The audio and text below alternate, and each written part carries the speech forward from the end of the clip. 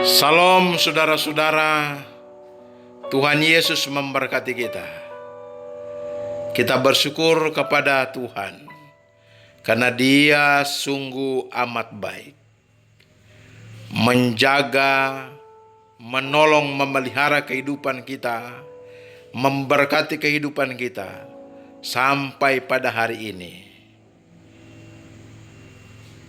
Kita bersyukur kita boleh bertemu lagi pada pelajaran rohani. Dan pelajaran rohani ini adalah ringkasan sekolah sahabat triwulan 2, pelajaran yang keempat. Bersama dengan saya Pendeta Lere Bulan. Saya berterima kasih kepada saudara-saudara yang sudah membuka channel ini, yang sudah subscribe, yang sudah like dan sudah share. Dan bagi saudara-saudara yang ingin bergabung, saya mohon saudara akan tekan tombol subscribe, like, dan share. Sebelum kita lanjut di dalam mempelajari firman Tuhan, mari kita berdoa. Bapa Surgawi, kami membutuhkan kuasa Roh Kudus untuk menerangi pikiran kami, membuka akal pikiran kami untuk mempelajari firman Tuhan, dan menuntun kami untuk mengerti maksud Tuhan di dalam firman Tuhan pada hari ini. Ini doa kami, persembahkan doa ini hanya di dalam nama Yesus Juru Selamat kami. Amin. Saudara yang diberkati Tuhan, ada ayat penunjang yang kita perlu bacakan pada sepanjang minggu ini, dan kita renungkan bersama-sama di dalam Markus pasal 7 ayat 1 sampai ayat 13, Roma pasal 2 ayat 4, 1 Yohanes 2 ayat 15 sampai ayat 17, 2 Korintus 10 ayat 5 dan ayat yang ke-6, Yohanes pasal 5 ayat 46-47, dan yang terakhir Yohanes pasal 7 ayat yang ke-38.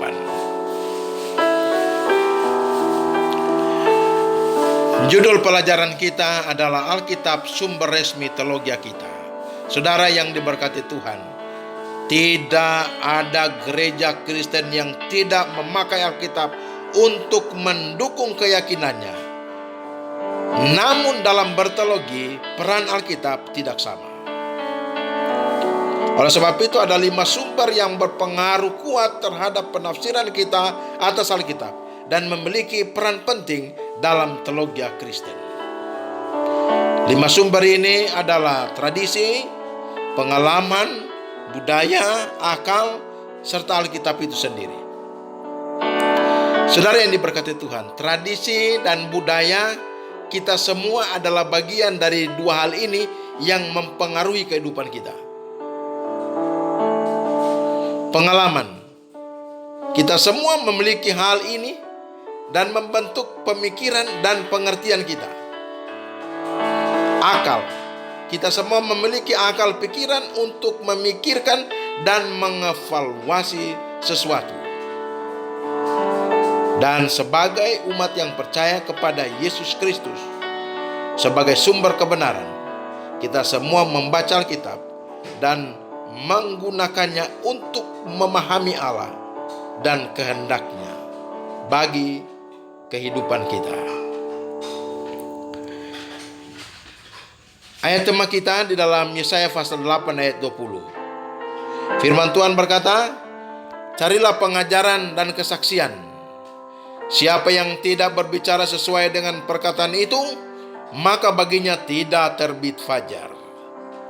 Saudara yang diberkati Tuhan, tidak terbit fajar artinya bagi mereka yang menutup mata terhadap kebenaran firman Allah, sewajarnya akan ditinggalkan dalam kegelapan dan dibiarkan berkelana tanpa akhir. Karena percikan-percikan yang mereka nyalakan sendiri tidak akan membantu mereka untuk mengerti firman Allah. Oleh sebab itu, hanya mereka yang hidup yang dituntun untuk mengerti firman kebenaran. Oleh sebab itu, ketika kita mempelajari firman, kita mohon kuasa Roh Kudus untuk menuntun kehidupan saudara dan saya. Dan saudara-saudara, jika saudara dan saya takut, ingatlah bahwa Allah lebih harus saudara dan saya takuti dari apapun. Oleh sebab itu, berpeganglah pada firman-Nya di dalam mengambil keputusan yang benar sesuai dengan kebenaran firman Tuhan. Kita berpindah pada pelajaran pertama adalah tradisi. Saudara yang diberkati Tuhan, tradisi itu tidak buruk karena bisa menolong untuk tetap terhubung dengan asal-usul kita. Tradisi itu bisa menolong untuk mengatur kehidupan masyarakat, cara hidup kita, saling menghargai satu dengan yang lain, saling menolong satu dengan yang lain. Apa perbedaan antara firman Tuhan dengan tradisi? 1 Korintus 11 ayat 2, 2 Tesalonika 3 ayat 6. Tradisi adalah mengumpulkan banyak aspek dan embel-embel yang tidak berasal dari firman Tuhan, dan pada akhirnya menuntun kepada satu titik di mana firman Allah tidak berpengaruh dalam kehidupan kita. Firman Tuhan yang hidup menanamkan rasa hormat dan sikap setia kepadanya, menyatakan kehendak Allah dalam kehidupan manusia, dan Alkitab memiliki peran unik yang menggantikan semua tradisi manusia.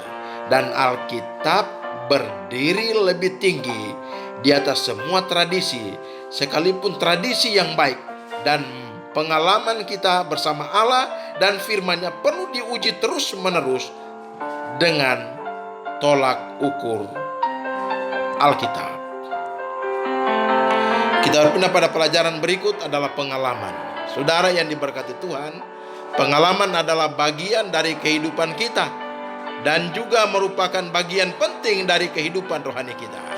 Kita semua memiliki pengalaman sukacita, pengampunan, hati nurani yang murni, dan tindakan kebaikan dan cinta. Hal-hal ini secara positif mempengaruhi hubungan kita dengan Allah dan mempengaruhi hubungan kita dengan orang lain. Kita juga mempunyai pengalaman yang lain, pengalaman penolakan, prasangka, kebencian, kecurigaan, keraguan, iri hati. Pengalaman ini berdampak negatif pada hubungan kita dengan sesama dan pemahaman kita tentang Allah itu sendiri.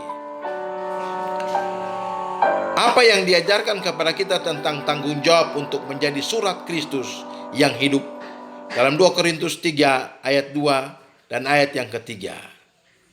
Sebagai surat Kristus yang hidup, saudara-saudara, mari kita nyatakan Alkitab itu di dalam suatu pedoman atau sumber resmi tabiat atau karakter Allah yang perlu dihidupkan dalam pengalaman kita.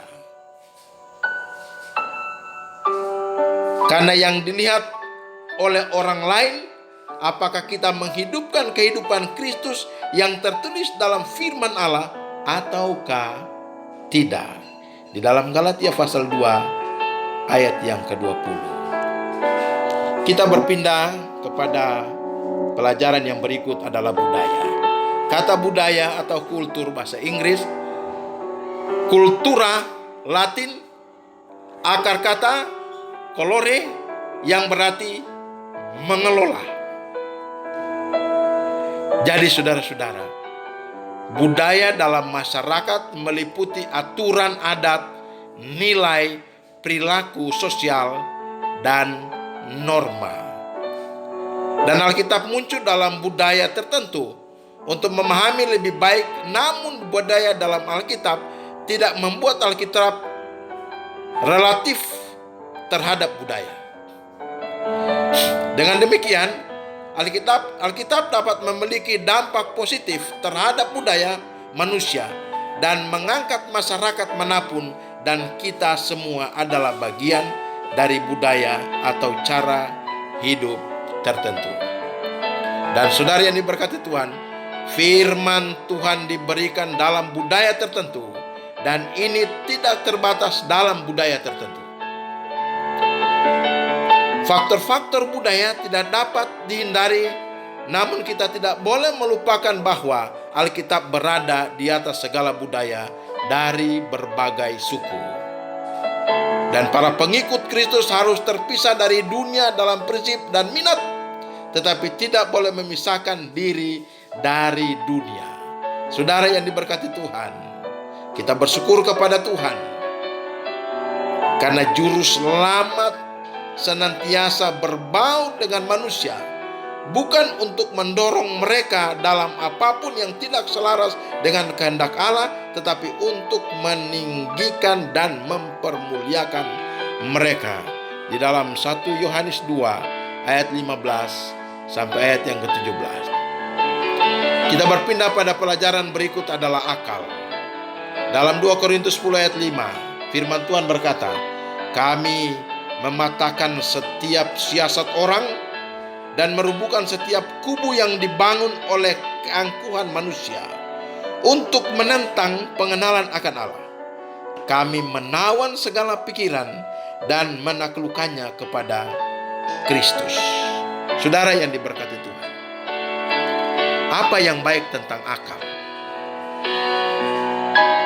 Akal atau nalar ini adalah karunia Allah, dan kita menggunakannya untuk mencapai kesimpulan yang benar, untuk menjadi yakin akan kebenaran. 2 Petrus pasal 1 ayat 12 dan Yohanes 16 ayat 8. Akal membuat kita bijaksana jika itu tunduk pada kehendak Allah, bahkan penyembahan kita yang rasional dan bukan emosional. Dalam Roma 12 ayat 1. Apa yang buruk tentang akal, saudara-saudara? Sangat berbahaya untuk percaya bahwa kita dapat memahami segala sesuatu dengan alasan atau akal kita sendiri.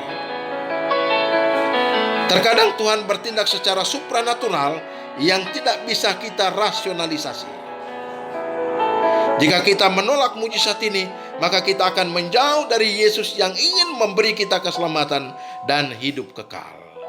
Saudaraku yang kekasih dalam Yesus, Tuhan menciptakan kita dengan kemampuan berpikir untuk merenungkan apa yang tertulis dalam kitab suci. Dan Allah ingin kita menggunakan pikiran kita untuk memahami firman-Nya. Jika kita dapat menerima atau kita tidak mau menyerahkan pikiran kita sepenuhnya kepada otoritas pada Alkitab yang lebih tinggi, maka saudara-saudara, kita akan dengan cepat mulai menilai bagian Alkitab menurut apa yang kita anggap masuk akal. Dan ini menjadi alasan sehingga kita dapat menerima kebenaran firman Tuhan. Oleh sebab itu, saudara yang diberkati Tuhan, jangan kita menggunakan akal kita untuk membenarkan kebenaran firman Tuhan. Tapi marilah kita menggunakan kebenaran firman Tuhan untuk merubah akal pikiran kita, untuk menerima kebenaran firman Tuhan, menerima Yesus sebagai sumber kebenaran di dalam kehidupan rohani kita setiap hari. Kita berpindah pada pelajaran berikut adalah Alkitab. Saudara yang diberkati Tuhan, dari pelajaran pertama, pelajaran kedua, pelajaran ketiga, dan pelajaran yang keempat ini, ternyata Alkitab bersumber dari Allah. Oleh sebab itu, Alkitab ini adalah otoritas tertinggi dan paling definitif dalam semua hal iman dan praktek. Dan hanya dengan kuasa Roh Kudus kita dapat mengerti maksud Tuhan di dalam firman Tuhan. Dan kita dapati dalam pelajaran sebelumnya bahwa Roh Kudus dapat mengilhami para penulis untuk menulis pikiran Allah sehingga dapat diandalkan. Ingat saudara-saudara, Yesus dan para rasul mengakui baik perjanjian lama dan perjanjian baru adalah firman Allah yang merupakan kesatuan yang tidak terpisahkan. Oleh sebab itu, jangan kita katakan bahwa perjanjian lama itu tidak berlaku lagi. Perjanjian baru berlaku. Ingat, baik perjanjian lama, perjanjian baru, Yesus dan para rasul mengakui sebagai firman Allah dan merupakan kesatuan yang tidak terpisahkan. Firman Allah ini adalah standar tabiat Allah yang mengatur tradisi, pengalaman, budaya, akal, serta Alkitab itu sendiri. Dan ini berlaku sampai kedatangannya yang kedua kali. Saudara yang diberkati Tuhan, ketika kita mempelajari firman Tuhan, kita datang kepada kesimpulan. Ingat, dan ingat saudara-saudara, bahwa tradisi, pengalaman, budaya, akal, semuanya itu baik karena mengatur kehidupan dan norma-norma kemanusiaan. Namun saudara-saudara, firman Tuhan mampu mengatur tradisi. Firman Tuhan mampu mengatur pengalaman. Firman Tuhan mampu mengatur budaya. Firman Tuhan mampu mengatur akal. Bahkan firman Tuhan mampu menyelamatkan setiap orang yang mempercayai kebenaran firman Tuhan. Firman Tuhan mampu menyelamatkan setiap orang yang mengakui kebenaran firman Tuhan. Firman Tuhan mampu menyelamatkan setiap orang yang menerima kebenaran firman Tuhan.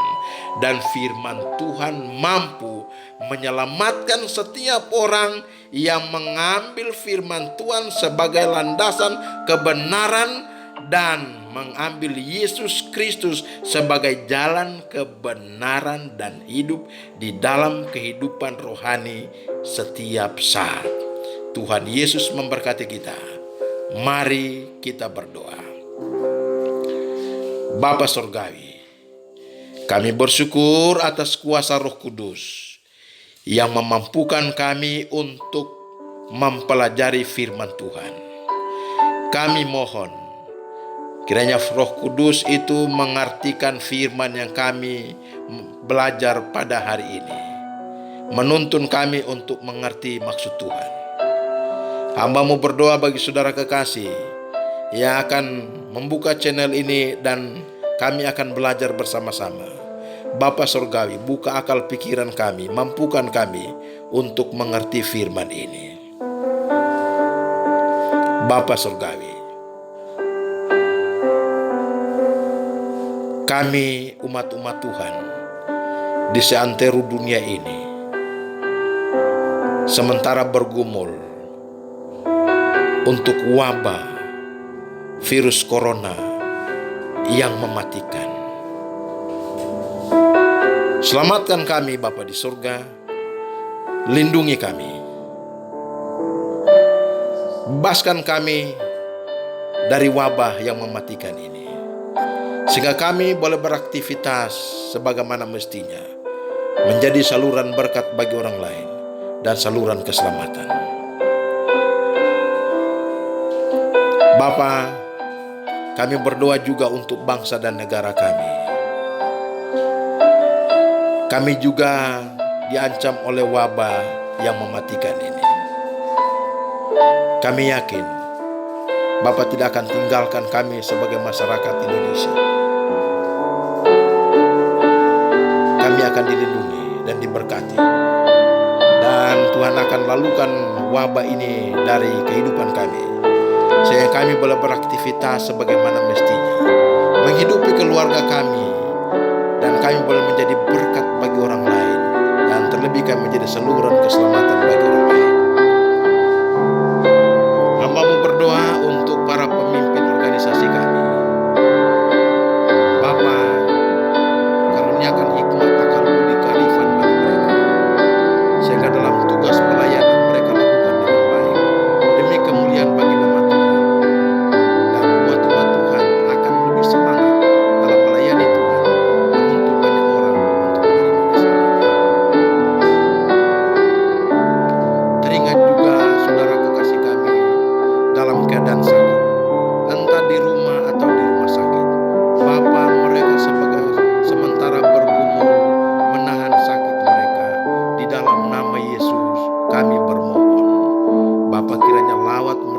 saat ini dengan kuasa ajaib, kuasa kesembuhan.